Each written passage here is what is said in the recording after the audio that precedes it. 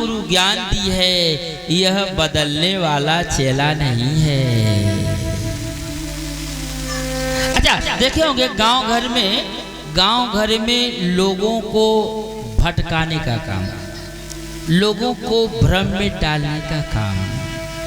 बोलेंगे गुरु पढ़ा लिखा नहीं है तो तुझको रास्ता कैसे दिखाएगा। अच्छा कुछ गांव घर में यह भी कहने वाले मिलेंगे, जब गुरु को अपने देखा हुआ रास्ता नहीं तो तुमको कैसे दिखाएगा।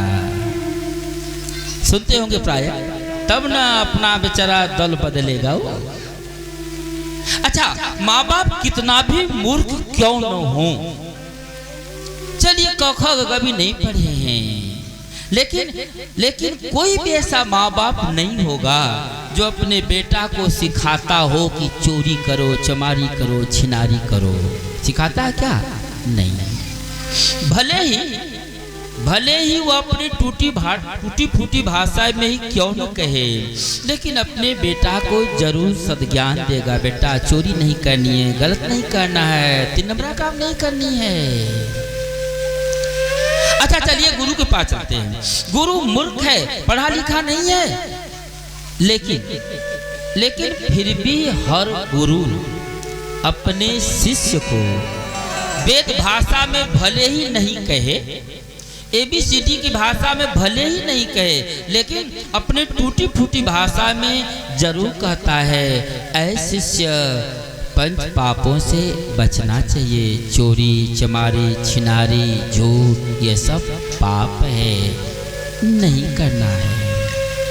भले ही वो वेद भाषा में नहीं बोले, अपनी टूटी फूटी भाषा में क्यों न बोले। अच्छा चलिए बात नहीं, जो देखा ही नहीं है तो दिखाएगा क्या। चलते हम लोग स्टेशन पे गए और स्टेशन पर जो टिकट मास्टर है, टिकट बाबू से किसी ने पूछा, टिकट बाबू आप बम्बई देखे हैं? टिकट बाबू बोले ना, हम बम्बई नहीं देखे हैं। हम बम्बई नहीं देखे हैं, लेकिन ऐ मानो मैं तो बम्बई नहीं देखा हूं, लेकिन मेरा टिकट बम्बई देखा है। मेरे टिकट में 100% ओरिजिनलिटी है। मेरा टिकट बम्बई देखा, मैं नहीं देखा हूँ। यानी मेरा उपदेश रूपी टिकट सच है। और अगर उस उपदेश रूपी टिकट को लेकर के अगर इस जीवन रूपी गाड़ी पे बैठ जाओगे न, तो इस संसार रूपी सफर को तुम सुंदर ढंग से कर लोगे। बेचारा को बम्बई की 1 नंबर की टिकट मिल गई। अच्छा एक ही स्टेशन पे प्लेटफार्म पे गाड़ी आने वाली है। जिस प्लेटफार्म पे बम्बई की गाड़ी आनी थी, और बम्बई के गाड़ी के 5 मिनट पहले कलकत्ता की गाड़ी आ गई, उसी पर बेचारा बैठ गया। अब पॉकेट में तो टिकट लिया है। टीटी बाबू आए, बोले टिकट निकालो। टिकट निकाला, टीटी मास्टर बोले ये तो टिकट गलत है। वो बोला बाहर है, टिकट मास्टर हमको बोले है 100% इसमें ओरिजिनलिटी है, ओरिजिनल है, अच्छा है, सही है, पैसे भी लिया हूँ। बोला अरे सो तो ठीक है, लेकिन जिस गाड़ी का यह टिकट है वह गाड़ी यह नहीं है। यह टिकट बम्बई की गाड़ी का था, तू तो कलकत्ता वाले गाड़ी बैठ गया है। इस गाड़ी के लिए यह टिकट गलत है, साफ गलत है, यह सही नहीं है। गुरु का ज्ञान रूपी असली टिकट तो मिला, लेकिन ब्रह्म धाम जाने का जो रास्ता था, भगवत भजन साधन उपासना, उसको छोड़ दिया। तेरी मेरी हाय काय चाय में लगा रह गया। तो गले का कंठी काम करेगा? नहीं करेगा। मंत्र काम करेगा? नहीं करेगा। क्यों? क्योंकि कलकत्ता वाले गाड़ी पर बैठेंगे, टिकट बाबू फाइन करके लाके जेल में बंद कर देंगे।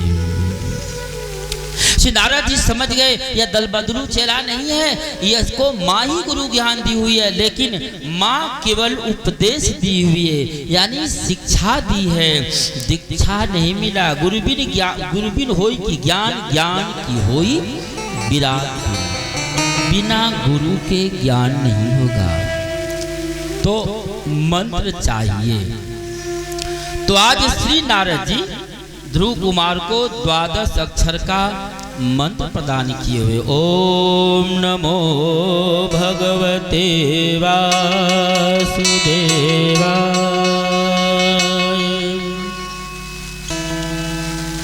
12 अक्षर का मंत्र प्राप्त किया हुआ ध्रुव कुमार जंगल में आए, आँख कान नाक सब बंद किए हुए हैं। यद्यपि श्रीमद् भागवत महापुराण में तो श्री ध्रुव कुमार की साधना का ढेरियों साधन लिखा है। कुछ दिन फल फूल, कुछ दिन पानी, कुछ दिन पत्ता, कुछ दिन वह भी छोड़ दिए। चलिए जैसा भी हो, लेकिन ध्रुव कुमार माँ ने कह दी कि भगवत भजन ही सार है, तो ध्रुव कुमार खाना पीना सब छोड़ के ध्यानस्थ अवस्था में बैठे हुए हैं। अच्छा, आजकल देखेंगे गांव घर में जब कोनो पूजा लगेगा, व्रत उपवास, तो माँ बहन पूछेंगी फलहार भी लगा कि नहीं लगा है, यानी कर रही हो व्रत, पूछेंगी फलहार। अब फलहार बताते बताते पंडित जी परेशान हैं। जितिया जैसे पावन में पूछने वाली माँ बहन है कि फलहारो लगा है। अच्छा, जब फलहार करिए लिया तो फिर जितिया पावन हुआ क्या? ध्रुव कुमार हैं खाना पीना बंद कर दिए, सब कुछ बंद किए हुए हैं, मन ही मन भगवान का चिंतन करते हैं। माने गुरु ज्ञान तो दिया, लेकिन भगवान का तो कोई न रूप बताया, न नाम बताया, न कुछ बताया। लेकिन ध्रुव कुमार मन ही मन चिंतन करते हैं, ध्यानस्थ अवस्था में बैठे हैं, मानो भगवान से कहना चाहते हो, ऐ नाम तुम्हारा तारनहारा, कब तेरा दर्शन होगा। इसकी रचना इतनी सुंदर, वो कितना सुंदर होगा।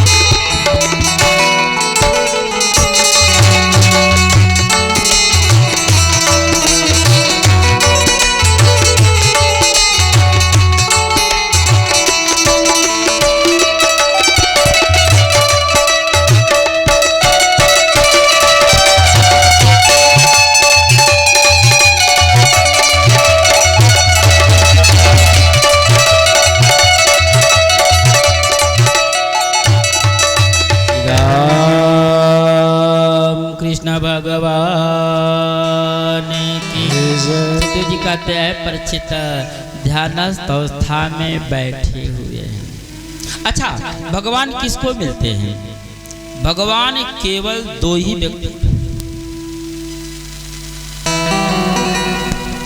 भगवान केवल दो व्यक्ति को मिलते हैं, या तो जिसकी सुषुम्ना नाड़ी जागृत हो गई, एक ग्रेड का योगी हो, अपने आत्मा को परमात्मा में लीन करा दिया हो,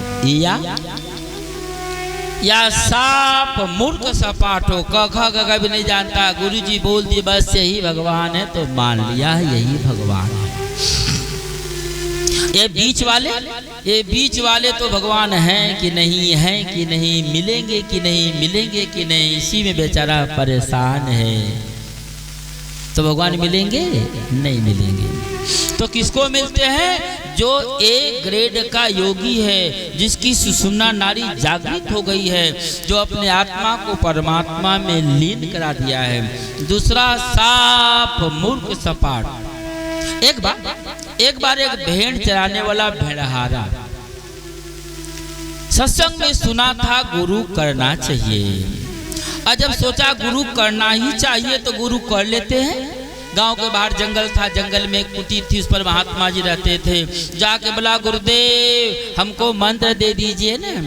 गुरु जी जब देखे भेड़ चराने वाले को तो डांट के भगा दिए, भागो आया है मंत्र देने, भागो यहाँ से। भेड़ चराने वाला सोचा कि यहाँ पे बहुत ज्यादा लोग हैं ना, तो इतने लोगों के बीच में गुरुजी मुझ जैसे भेड़ चराने वाले को अपना चेला बनाने में अपनी इंसल्टिंग समझ रहे हैं। क्यों? चेला भी तो लोग क्वालिटी का बनाते हैं, कहीं क्वालिटी का होगा तो सब कुछ ठीक रहेगा, लेकिन मन से तो गुरु बना लिया था। एक दिन फिर पहुंचा, दो चार ही लोग थे, बोला गुरुदेव मंत्र दे दीजिए ना। आज फिर महात्मा जी डांट के भगा दिए, भागो आया है मंत्र देने। भेड़ चराने वाला सोचा लगता है गुरुजी अकेले में मंत्र देंगे। एक दिन भेड़ चराने आया, संध्या का समय था, गुरुजी 5 लीटर कमंडल लेकर के जंगल में, गांव के जंगल के बाहर मैदान करने जाके बैठे। अच्छा उस जमाने में तो घर में बाहर भी तो नहीं हो, सब लोग तो बाहर जंगल में जाए। और जब गुरुजी को अकेले बैठे देखा तो समझ गया कि आज गुरुजी अकेला में है, आज मंत्र देंगे। पहुंचा, बोला गुरुदेव मंत्र दे दीजिए ना। गुरुजी सोचो इस चोट्टा को इतना भी ज्ञान नहीं कि अभी हम अशुद्ध अवस्था में हैं। गुरुजी मानो गुस्से में, भेड़ चराने वाला था न, तो मानो गुस्से में गुरुजी बोले जाओ हैला हैला करो। उनका तो भाव था जाओ भेड़ चराओ, लेकिन जो ये कहा कि गुरुदेव मंत्र दे दीजिए न, और तुरंत गुरुदेव गुस्से में ही सही जो बोले जाओ हैला हैला करो, तो यह सोचा कि गुरुजी मंत्र दिए हैं। अब तो बेचारा हैला हैला करते करते भेड़ कौन देखता है, अब बकरी कौन देखता है, चल पड़ा जंगल में तपस्या करने। क्यों? बड़ी मेहनत से गुरु मंत्र मिला है। अब कहीं गौर पे आया, अब फिर यही भीड़ भाड़ के चक्कर में माया में मंत्र भूल गया तो फिर कहाँ से मिलेगा। जोर जोर से चिल्ला के जाता, कहीं मंत्र भूल न जाए, पढ़ा लिखा तो था नहीं। जंगल में जाकर के एकांत देखा तो आंख का नाक करके बंद करके बैठ गया और बाखड़ी मंत्र का जाप करता। बाखड़ी यानी बोल बोल के मंत्र का जाप करता है। भूल जाएगा तो टेंशन बढ़ जाएगी। भगवान विष्णु लक्ष्मी जी के साथ लिए मृतलोक का भ्रमण करते हुए चले आ रहे थे, और जब उसके सामने गए तो भगवान विष्णु लक्ष्मी जी से बोले सुनती हो, अरे ये मेरा ही नाम जप रहा है। लक्ष्मी जी बोली ये नाम आपका कब से पड़ गया, ये तो हैला हैला कर रहा है। भगवान विष्णु बोले अगर विश्वास नहीं तो जाके पूछ लो। लक्ष्मी जी बोली पति का नाम जब मालूम नहीं होगा तो धोखा हो सकता है कि नहीं, जानना चाहिए। लक्ष्मी जी पहुंची और पूछी अरे किसका नाम जप रहे हो। वह तो सुना था कि जब भक्ति ज्यादा होने लगती है तो अप्सराएं आकर के भ्रष्ट करती हैं, नष्ट करती हैं। ये समझ गया कि अप्सरा आ गई। आँख कान तो बंद किया ही था और आँख कान आँख बंद करके और जोर जोर से हैला हैला करने लगा। लक्ष्मी जी सोची लगता सुना नहीं। लक्ष्मी जी भी थोड़ा और जोर से बोली, अरे किसका नाम जप रहे हो? यह समझ गया लगता है यह मानने वाली नहीं है और जोर जोर से हैला हैला जपने लगा। लक्ष्मी जी सोची लगता है नहीं सुना। लक्ष्मी जी फिर थोड़ा और जोर से पूछी, अरे किसका नाम जप रहे हो? जो ही लक्ष्मी जी जोर से पूछी कि किसका नाम जप रहे हो, तो वह भी गुस्से में ही आँख का नाक बंद किया हुआ ही बोला, तुम्हारे साईं का नाम जप रहा हूँ। और किसका नाम जप रहा हूँ? अब तो लक्ष्मी जी लज्जित हुई आई। भगवान विष्णु बोले क्या हुआ? लक्ष्मी जी बोली समझ गई आप ही का नाम जपता है, लेकिन बहुत निर्लज्ज है, बोलने का भी ज्ञान नहीं है। यानी भगवान किसको मिलते हैं? बोले जो एक ग्रेड का योगी है अथवा साफ मूर्ख सपाट है, कख कभी नहीं जानता है। माने कह दी कि भगवत भजन ही सार है, तो ध्रुव कुमार आँख का नाक बंद करके बैठ गए। परिणाम क्या होगा इससे मतलब नहीं है। अच्छा, अभी के समय तो लोग जब भगवत भजन करने चलेंगे तो पहले फल खोजेंगे, फल मिलेगा कि नहीं मिलेगा। लेकिन ध्रुव कुमार को तो माँ ने ज्ञान उपदेश दी है, पूछना जांचना क्या। क्या कभी भी पुत्र के अहित के विषय में माँ सोचेगी? नहीं सोचेगी। गुरु के वचन प्रतीत न जेहि, सपने सुख संपत्ति नहीं तेहि। माता पिता अगर क्रोध में भी अपने पुत्र को कुछ बोलते हैं तो वह भी श्राप नहीं होगा। सुखदेव जी कहते ऐ परीक्षित है। अब तो जब ध्रुव कुमार श्वास लेना बंद कर दिए तो सभी देवता भागे भागे भगवान विष्णु के पास गए और बोले प्रभु आपका भक्त ध्रुव कुमार है, श्वास लेना बंद कर दिया है। यदि आप जाके दर्शन नहीं दिए, अगर वह श्वास नहीं लिया तो आपके सृष्टि में जितने लोग हैं सभी का श्वास बंद हो जाएगा।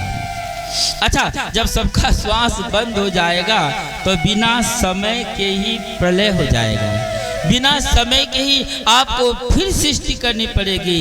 इसलिए चल के दर्शन दीजिए ना। भगवान विष्णु आए और अपने शंख का स्पर्श श्री ध्रुव कुमार के गाल में जो ही किए, ध्रुव कुमार का ध्यान टूटा। और जब ध्यान टूटा तो सामने जिसका ध्यान कर रहे थे वे परमात्मा, वे सर्वेश्वर जगदेश्वर सामने खड़े हैं। श्री राम कृष्ण भगवान की जय। उल्फत नशे में जिस दम सच्चा सरूर है,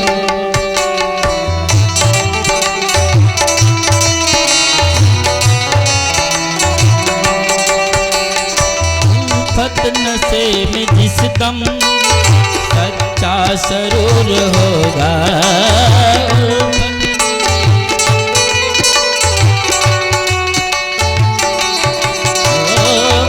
फतन से में जिस दम सच्चा सरूर होगा।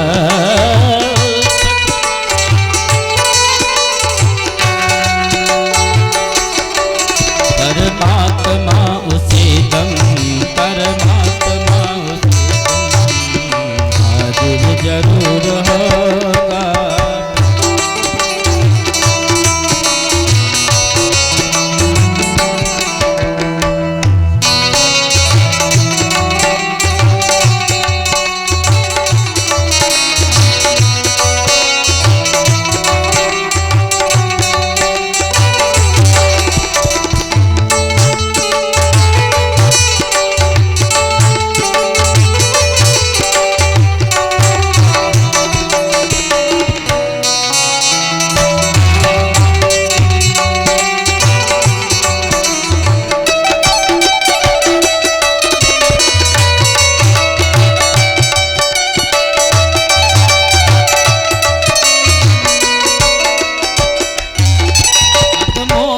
अधमता पर सो अधम उधार अधमों की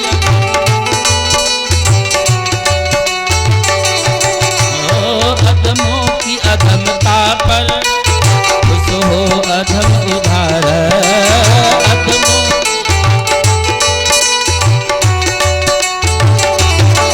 फिर कौन अधमता पर फिर कौन अधमता पर हमको करो योगा।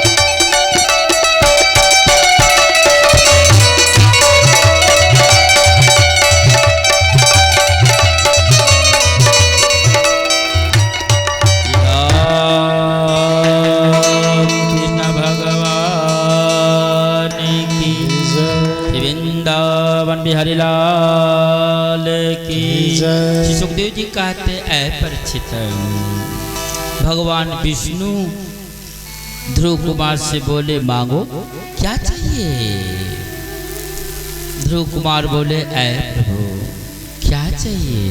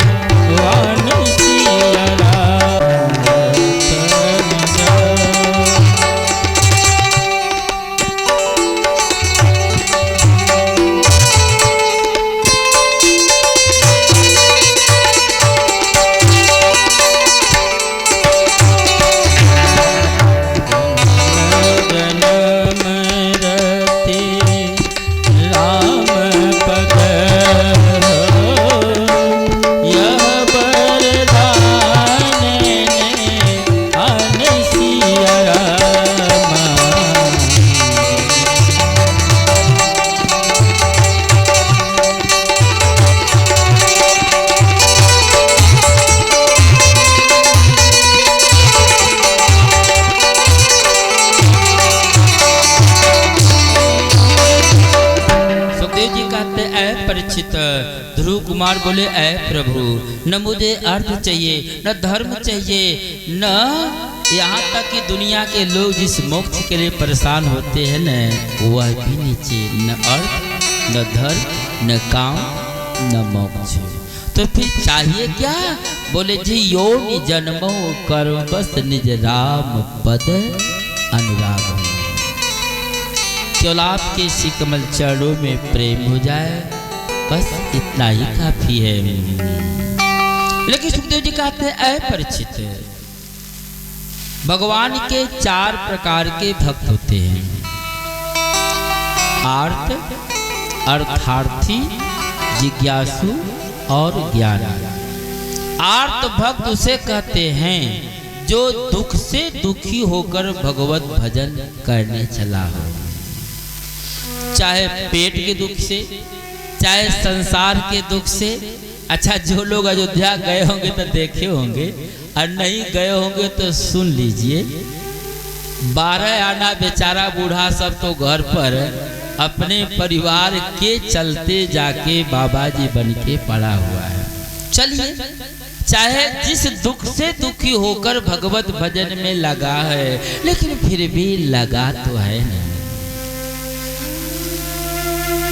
दूसरा अर्थार्थी, धन की इच्छा से भोले बाबा को 1 लोटा जल चढ़ाया और बोला ऐ भोले बाबा 1 किलो सोने की गुल्ली मिल जाए।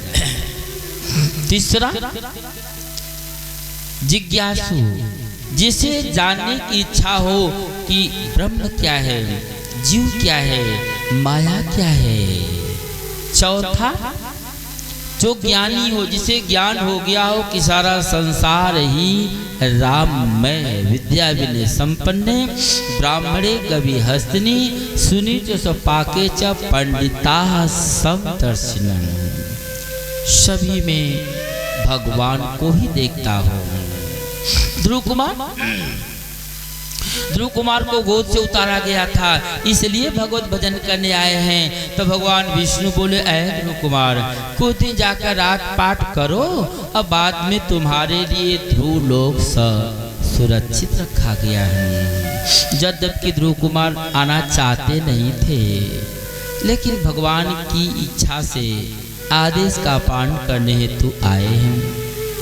सुंदर ढंग से राजपाट करते हैं। ध्रुव का दूसरा भाई उत्तम कुमार है, जो सुरुचि का पुत्र है। एक दिन उत्तम कुमार गया यक्षलोक, वहां पर यक्षों के द्वारा उसकी मृत्यु हो गई। जब यक्षों के द्वारा उसकी मृत्यु हो गई, जब श्री ध्रुव कुमार को मालूम हुआ अब तो यह यक्षों पे चढ़ाई कर दी। यक्षों के मालिक कुबेर हैं।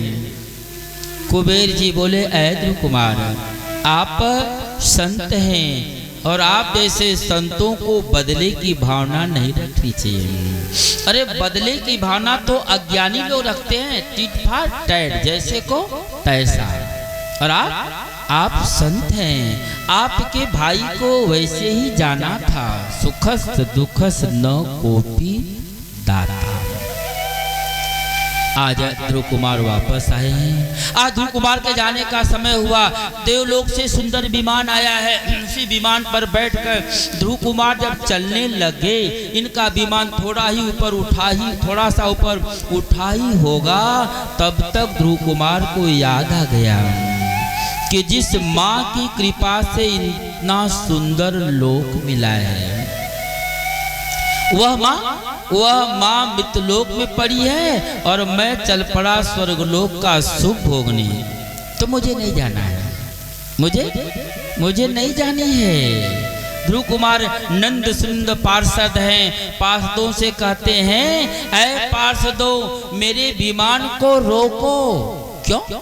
बोले मुझे स्वर्गलोक नहीं जाना है। अरे धिक्कार है मुझ जैसे पुत्र को, जिस माँ की कृपा से इतना सुंदर लोक मिला है, वह माँ मित्रलोक में पड़ी है और मैं चल पड़ा स्वर्गलोक का सुख भोगने।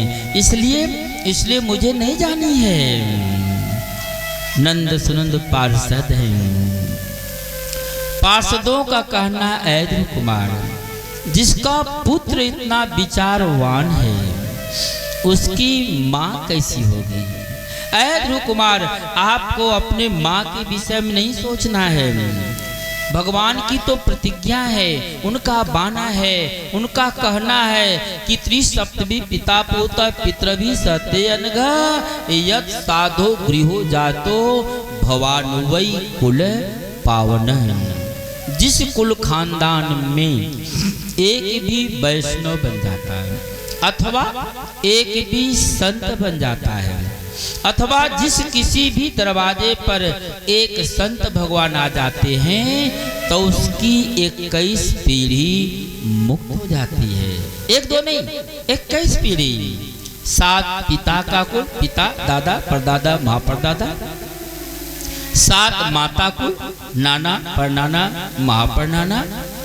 7 आने वाली पीढ़ी, बेटा पोता परपोता महापरपोता, यानी 21 पीढ़ी मुक्त हो जाती है। और आप अपने माँ की बात कर रहे हैं। आपके माँ का विमान आपके विमान से ऊपर जा रहा है।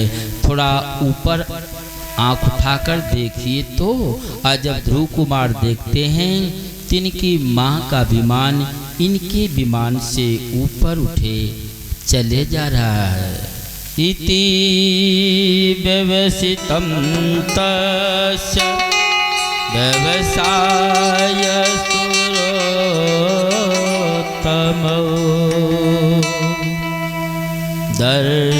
दर्शयामास तुम देवी पुरोयान गच्छति। आज अपने माँ का विमान अपने विमान से ऊपर उड़कर जाते हुए जब ध्रुव कुमार देखे, तो भगवान की महती कृपा की अनुभूति करते हुए अपने ध्रुव लोक में जाके सुरक्षित पड़े हुए। ध्रुव लोक की रक्षा सप्तऋषि लोग करते। कैसे? अच्छा, अपना सब पहले एक बांस गाड़ते थे जिसको मेह बोलते हैं, और उस बांस में बैल बांस के चारों तरफ घूमे, वह गेहूं अथवा धान को तैयार करते रहता था। जैसे मेह में बंधा हुआ बैल चारों तरफ घूम घूम करके धान अथवा गेहूं तैयार किया करता था, वैसे ही सप्तऋषि लोग मानो इस ध्रुव लोक की रक्षा कैसे करते हैं, जैसे मेह में बंधा हुआ बैल करता हो। गंभीर युतिकं नेति ज्योतिषां चक्रमादितं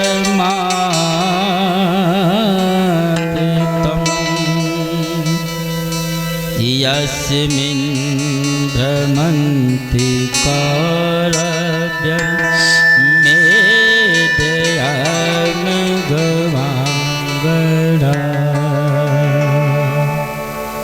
सुखदेव जी कहते, ऐ परीक्षित, ध्रुव कुमार सुंदर ढंग से अपना जीवन वहीं पर व्यतीत करते हैं। सूर्य कहते, ऐ सनक ऋषियों। सनकादिक जी कहते, ऐ नारद। गोकर्ण कहते, धुंधकारी। श्री सुखदेव जी कहते, ऐ परीक्षित, भगवान को तो जब जैसी आवश्यकता पड़ती रही तब वैसी लीलाएं करके अनेकानेक प्रकार से अपने समस्त भक्तों को सुख प्रदान करते रहे। हम सब मनुवंश में राजा उत्तानपाद की कथा को श्रवण कर रहे थे। राजा उत्तानपाद के ही ध्रुव वंश के बाद राजा बेन की कथाओं के श्री वेदव्यास जी कहकर कथा को आगे बढ़ाए। राजा प्रिय वंश में राजा नाभि हुए, जिस नाभि का पुत्र ऋषभ देव हुए, जिस ऋषभ देव को अपनी पत्नी जयंती के द्वारा 100 गो पुत्र जन्म लिए, जिसमें सबसे बड़े पुत्र का नाम भरत है। भरत राजपाट करते करते लंबा समय बीत गया, लेकिन फिर भी वैराग नहीं हुआ। मनुष्य के जीवन में जब चाह हो जाए कि अब भगवत भजन करनी चाहिए, तो उसे अवस्था का ध्यान नहीं देनी चाहिए। भरत जी जानते हैं, मनुस्मृति का सिद्धांत है कि हर प्राणी को चाहिए कि बाल्यावस्था में ही, यानी 4 आश्रम है, ब्रह्मचर्याश्रम, गृहस्थाश्रम, वानप्रस्थाश्रम और संन्यासाश्रम। तो चाहिए कि ब्रह्मचर्य आश्रम में ही भगवत भजन में लग जाना चाहिए। यद्यपि कुल परंपरा के अनुसार या देश काल परिस्थिति के अनुसार अथवा पूर्व जन्म के संस्कार के अनुसार तमाम लोगों को तो छठी में कंठी मिल जा रहा है, यह उनका पूर्वजन्म का कमाया हुआ फल है। लेकिन कंठिए मिल करके रह गया, कंठी के बाद फिर उसका कोई महत्व नहीं रहा। सुखदेव जी कहते हैं, परीक्षित चाहिए कि ब्रह्मचर्य आश्रम में ही भगवत भजन में लग जाए। माता पिता की सेवा, गुरुओं का, संतों का आदर, बूढ़ बुजुर्गों का मान सम्मान करते हुए, सत्कर्म करते हुए सतमार्ग पे चले, ताकि मरणोपरांत सद्गति मिल सके। लेकिन ऐसा नहीं सका। अच्छा चलिए, जब ऐसा नहीं हो सका तो कोई बात नहीं, कम से कम दूसरा आश्रम यानी गृहस्थ आश्रम में आने के बाद चाहिए कि सत्कर्म करने में लग जाए। लेकिन देखे होंगे ऐसा भी हो नहीं पाता है। अच्छा चलिए कोई बात नहीं है, गृहस्थ आश्रम में नहीं सही तो नहीं सही, लेकिन तीसरापन यानी वानप्रस्थ जीवन आते ही चाहिए कि चाबी कुंजी बेटा पतों को दे दे और घर के किसी कोने में सुंदर ढंग से भगवत भजन करे, कीर्तन करे, सत्संग करे, ताकि जीवन सुंदर ढंग से बीत जाए। लेकिन ऐसा हो सके तब तो, ऐसा हो सके तब तो, ऐसा भी नहीं हो पाया। अच्छा अपना सब देखे होंगे, दूसरापन यानी गृहस्थ आश्रम में चाहिए कि रात दिन खटे, काम करे, परिवार के लिए, अपने लिए, देश के लिए, दुनिया के लिए, लेकिन ऐसा नहीं हो पाता है। प्राय देखे होंगे दूसरापन में जब काम धाम करने का समय आएगा तब क्या करेंगे, घूम घूम सत्संग करेंगे, तीर्थ करेंगे, जहां तहां जाएंगे, आएंगे, उठेंगे, बैठेंगे। और जब तीसरापन आया सत्संग भजन कीर्तन करने का, तो घर में इतना लिप्त हो गए कि बोलेंगे छुट्टी नहीं है, बहुत परेशानी है। क्यों? बोले बेटा दिल्ली पंजाब चला गया है, हम ही घर संभाले। जब संभालना था तो फ्री टहला, और जब फ्री टहलना चाहिए तो बेचारा लसक गया। क्यों?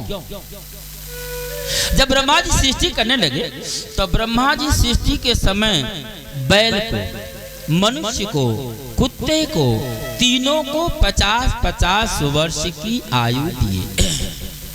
बोले भैया सब लोग शांति से रहो, बढ़िया से जियो, खाओ, रहो। तो बैल पूछा, ब्रह्मा जी हमारी कितनी आयु? ब्रह्मा जी बोले 50 साल। तो बैल बोला कि करना क्या पड़ेगा?